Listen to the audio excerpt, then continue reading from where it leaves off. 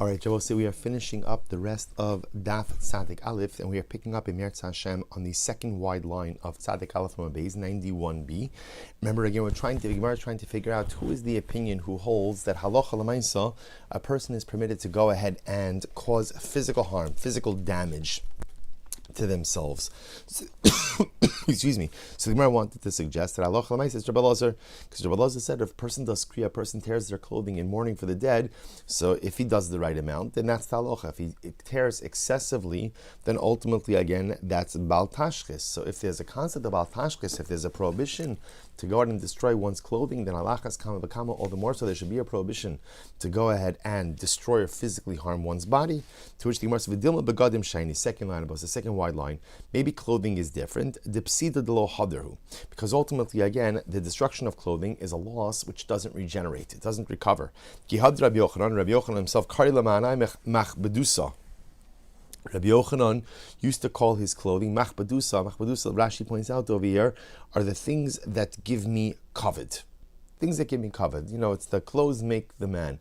We have this concept by the Big Day Kahuna. The Sefer HaChinuch brings down that's one of the profound reasons why the Kohanim have unique begadim, unique clothing that they have to wear during the Avodah. So number one is for the rest of us who come to the Beis HaMikdash that we should be inspired. We see a chashivas and importance, but also for the Kohanim themselves, that a person who's dressed in a certain way feels differently about themselves. We know this. A day that I'm walking around in sweatpants and a t-shirt, I feel one way. A day that I'm dressed up, I look like a mensch. I mean, not the sweatpants and t-shirt. You don't look like a mensch. But I'm a little bit more dressed up and I'm a little bit more put together. I feel differently about myself. So we know Rabbi Yochanan called his clothing his machbadusa, his forms of kavod. Rav Chisda kat have a maski bene hizmi vehigi madli lehulamani. And Rav Chisda used to walk around thorn bushes. He would lift up his tunic. Why? Amar zema ala aruka v'ze'ina ma'ala aruka. He would say, if my clothing gets cut, right, gets torn by the thorns, it's not going to regenerate, right? But if my skin gets cut, then Emirat Hashem, my skin will go ahead and regenerate. So the point over here is you see that it could very well be, as interesting as this is, it could very well be that maybe the destruction of clothing, right, is actually more severe than destruction or visiting physical harm upon oneself, because clothing ultimately doesn't regenerate, but physical harm can. Rather, it's the following Tana. The Sanyo, Amr Belazar, Hakafar Barabi, Matamalom Revichiper Me'Allah Me'asher Chata Ala Nefesh. So remember again, the Torah is talking about over here by the Nazir.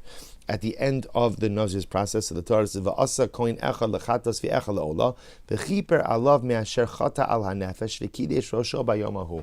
So again, specifically talking about a Nazir who had a tumah exposure and has to start again, but the Torah uses the lashon that he will find atonement because he sinned regarding the nefesh. So the Gemara says, "V'chibe ezen nefesh chata." I understand, what did the Nazir do wrong? Ela shetzir atzma min hayayin. So what's the Nazir's sin? Is incredible. The Nazir's sin ultimately, again, is that he abstained from wine. In other words, he afflicted himself by not partaking of wine. If a person who just abstains from wine is called a sinner, so one who goes ahead and is mitzar atzmo, one who goes ahead and causes himself additional pain, certainly is called a sinner as well. And I will say that seems to be how the Gemara ends off by telling us that chovel ba'atzmo, one is not permitted to go ahead and injure themselves. So not only is there not liability for injuring yourself, or I should say, even though there is no liability for injuring yourself, nevertheless, halacha l'maisa, one is not permitted to visit physical harm or physical damage upon themselves. Incredible. So the Gemara quotes the Mishnah, koteitz nitiosav. So remember again, the Mishnah gave another example, that if I go and I cut down, I uproot my own saplings, I'm entitled to do that, so to speak. I'm allowed to do that. But yet, and I'm not obviously liable damages to myself. Yet someone else is not allowed to do that. So the Gemara says, Tani Rav Rachana Kamei Rav. So the Gemara says, Shori harakta nitiosi katatzta. Ato. Right? So I'm sorry, katatzta. So what happens? So I'll say, I go over to Reuven. I say, Reuven, you killed my shar, you uprooted my saplings. And Reuven says to me, Ata amarta li lahargo, ata amarta li lakotzit. So Reuven says back, yeah, I did it, but you told me to do it. You told me to kill the ox, you told me to uproot the saplings. So what's the halacha? Potter. Ultimately, the halacha is Reuven's potter. So Amar lei. So Rav said back to Rabbi Rachana, Imkein lo shafkas chaya libriasa kol kamine. So I don't understand. Really, that's the way it could work. So that means any single time someone does damage, so the perpetrator could turn around to the victim and say, "Yeah, I damaged you. You told me to do it. You told me to kill your shar. You told me to uproot your saplings. If that's the case, again, how do you ever have a system of damages which are going to be collectible? Amar le Saime. So Rabbi Bar Chana said, what do you want me to do? Do you want me to erase the teaching? Amar le lo. Rather, what? Titargim masnisoch b'shar omi laharigo bilana omi lektzitza. Say that case, we'll say, is talking about a shar that is supposed to be put to death. Like, let's say, for example, my shar killed someone. So now again, or for that matter, again, I have a tree which was worshipped as avodah zara. So both of those things are omed, they are ready to be destroyed. So the case in question over here is, I say to Reuven, you killed my shar. Reuven, you uprooted my sapling. And Reuven said, yeah, I did it. But at the end of the day, the shar was supposed to be put to death, and the sapling or the tree was supposed to be destroyed. So that's why Reuven is pater, because the truth is, he killed the shar that was already subject to death. He uprooted a tree that ultimately had to be destroyed. So in reality, Reuven didn't damage. I, says the Gemara, ihachi, my katonle. So that's a good point. If that's the case, what's my claim against Reuven? Right? What claim do I have against Reuven if at the end of the day the shar was supposed to be put to death or the tree was supposed to be destroyed? So my claim, this is actually interesting, my claim to Reuven is, it's true you did it, and I understand you're not chayiv damages, but you took away my mitzvah. In other words, it was my mitzvah to make sure the shar is killed. It's my mitzvah to destroy the tree, and you robbed me of a mitzvah. So interesting, the Gemara says, "Disanyo v'shafach v'kisa." The pasuk says by shchita, right? We know if you shech the chaya, non-domesticated animal, the halacha is you have kisa, then you have to cover the blood. So the Torah juxtaposes v'shafach v'kisa. Shecht, literally spill the blood and cover it. Misha shafach yichasa. The person who does the shchita has the right to the mitzvah of kisoi hadam. There was once a story of a guy who shechted and then someone else came along and performed the mitzvah of kisoi hadam. The chayva Rabbi Gamliel litein lo asara zehuvim. And Rabbi Gamliel obligated the guy who did the kisui, who did the covering of the blood, to pay the shechter, to pay the shochet, ultimately 10 gold pieces. So there's a concept in halacha of paying asara zehuvim, and that concept ultimately is related to the idea that when you deprive someone of a mitzvah, there's almost like an element of damages in that. So in this case over here, the shochet checked the animal, he was ready to do the kisui, someone else swooped in and did it. So the guy who did it deprived the shochet ultimately of this particular mitzvah. So Rabbi Gamliel made the guy pay 10 zehuvim. So therefore the Gemara says over here, even in this case, I say, Reuven, you killed my cat, you killed my ox, you cut down my tree. Reuven said, yeah, I did it. Your ox is chayiv misa. Your tree is avodah zara and it has to be destroyed. So again, it was going to be destroyed anyway. And I say, that's true, but lamaisa, it was my opportunity. It's my mitzvah. And therefore, again, the Gemara is suggesting that in these kind of cases, halacha lamaisa, ultimately, again, you'd be pater. Because now what's interesting in these particular cases, why ultimately, again, would you be pater? So it seems to be what the Gemara is saying over here is that there's a distinction between a mitzvah saseh, like kisui hadam, covering the blood, versus the removal of something that is supposed to be destroyed, like the shar that kills someone, or the tree of avodah zara. So it seems to be, even though it is my obligation, so to speak, to make sure the shar is executed, or to go ahead and destroy the avodah zara, halacha l'maisa, if somebody took that opportunity, they're not chayiv to me. Masha enkein, if I had a positive mitzvah that's upon me, and someone else came in and took that mitzvah, there would be financial liability, so to speak, because they deprived me of the mitzvah. There's a excuse me, a beautiful musahaskil in this as well. The beautiful musahaskil is like to get to the level where if you are deprived of doing a mitzvah, you feel a loss. Right? If we're honest, sometimes if I have an obligation and the truth is someone else comes along and does it or takes care of it, maybe there's even a certain, a little bit of relief. You know, it's not on me. I don't have to worry about it. I don't have to do it. There's such a beautiful level of feeling not that mitzvos are this awesome responsibility that sits on my shoulders, or not something that I have to do, but something ultimately that I want to do. And that manifests itself in if you lose the opportunity to do it, I feel a real loss. I feel a real loss. Can you imagine, Chavra, like getting to that level where, I miss a minyan and I feel a loss. I miss a shear and I feel the loss. I have an opportunity for tzedakah and then the need is taken care of. I feel a loss. to recognize that mitzvahs are the most beautiful and magnificent opportunities that Baruch Hu gives us day in and day out. And when they present themselves, that's why Chazal say, mitzvah habali yadecha atach nitzena. If the opportunity for a mitzvah comes your way, don't let it become chametz. Don't let it sit. Chatof yachol, grab it. Grab it. Grab life's opportunities because they're fleeting. And if you miss out on the opportunity to do something beautiful, chaval, what a loss. What a loss. And a loss that Allah recognizes to the point that if someone else takes my opportunity, there could actually be financial liability upon that individual. Incredible Gemara. Let's go weiter. Amar Rav. So Rav said as follows. Dikla diton kaba asr lemiktzitze. If you have a palm tree that produces a kav of dates, halach l'maisa, one is not permitted to go and cut it down. I will say, now, the logic over here, this is a continuation of the Baal Tashchis discussion, because if the tree is producing some amount of dates, halach l'maisa, you can't cut it down. The Gemara says, Meisvei, Kamma yehe bezayis velo yikotzitzu. So the Gemara says, how much does an olive tree have to produce in order for there to be a prohibition of Baal Tashchis? So Rova, so the Gemara says, a quarter of a kav. A quarter of a kav. So now the shaila is, I understand, an olive tree has to only produce a quarter of a kav, and the palm tree has to produce an entire kav. Why the distinction? To which the Gemara says, shiny zeis and chashivi. Olives are different. Why are olives different? Because they're chashiv. So, sorry. So therefore, even a tree, even an olive tree that only produces a quarter kav, ultimately is chashiv. And therefore you can't destroy it. Dates, right? Dates which are less chashiv, only if the tree produces a kav, ultimately, is there an issue about tashas? Lo shachiv shivchas beri ela dekatz teina sabelo zimna. So this is a pretty profound Gemara. So you have Rabbi Chanina saying, my son Shivchas died, right? Ultimately, the only reason he died is because he cut down a tree. Ultimately, again, before it was supposed to be cut down. If you take a look, no Rashi yet.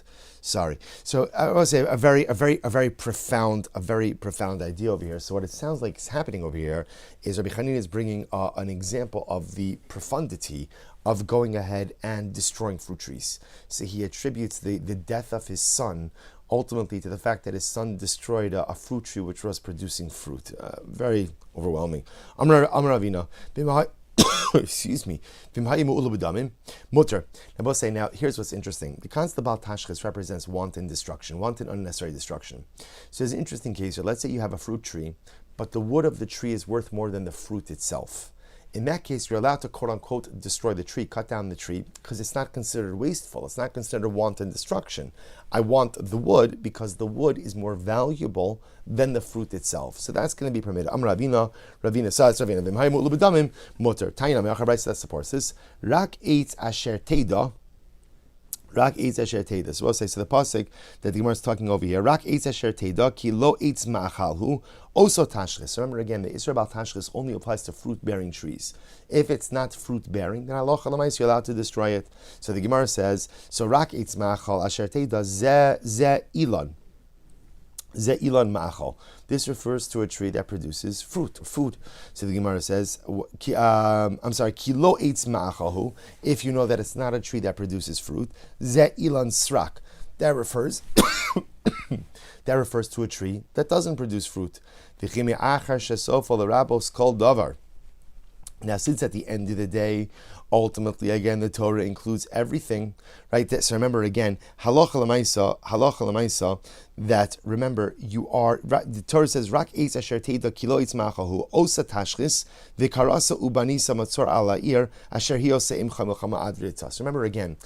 The only prohibition to destroy fruit trees is when you don't need to destroy them. If you need to destroy them for military purposes, you're permitted to destroy everything. So the Gemara says, after the Torah is going to include everything, meaning that if there's a need, you could even cut down fruit trees. So ma tamulomar kilo eitz ma'achal. Ultimately, again, so why does the Torah go ahead and add in the phrase kilo eitz ma'achal? Lahaktim srak lemachal. So this is very interesting. Halacha l'maisa. So the Torah does it in order to go ahead and what? In order to provide kedimos, precedence, ultimately, again, to the non-fruit tree, ultimately over the fruit tree. In other words, what does this mean? If halacha l'maisa, so Rashi points out over here, if halacha l'maisa, there's a difference, or you have the choice between cutting down a fruit tree. Let's say you have to cut down a tree, and there are two trees in front. You only need to cut down one, whatever the Metzias is. You only need to cut down one. And in front of you, there's a fruit tree and a non-fruit tree. So which one should you cut down? The Ilan Srak. You should cut down the non-fruit tree. Tzadik Beis Amud Aleph 92a. Says the Yimar, Yachal afilu mu'ula b'damim. You might have thought that halacha l'maisa, that maybe that the non-fruit tree takes precedence ultimately over the fruit tree. Even if halacha l'maisa, the fruit tree is more valuable as wood than it is as a fruit tree. Talmud lomar rak. Therefore, the pasuk says rak. So we'll say, so it should come out with here something really very interesting. So halacha l'maisa, there's an issue about tashchis. That's number one, right? So about tashchis says any wanton unnecessary destruction. That being said, if halacha l'maisa you need to destroy the trees for the sake of the war effort, you're allowed to do so. What the Torah is telling me is, if I only have to destroy one tree, and it's a choice between a fruit-bearing tree or a non-fruit-bearing tree, destroy the non-fruit-bearing tree. However, if the fruit-bearing tree is more valuable as wood than it is as a fruit-bearing tree, then you're allowed to cut down that tree to use the wood. Okay, Shmuel Aisi le Arise Tamri. So what happened? So Shmuel had a sharecropper, and the sharecropper, remember again, sharecropper shares in the bounty of the field. He gets some percentage. So Shmuel sharecropper brought him dates. So Achol Taim Buhu Taim Dechamra. So Shmuel ate the dates, and it's interesting. In the date itself, he tasted it like a little bit of wine.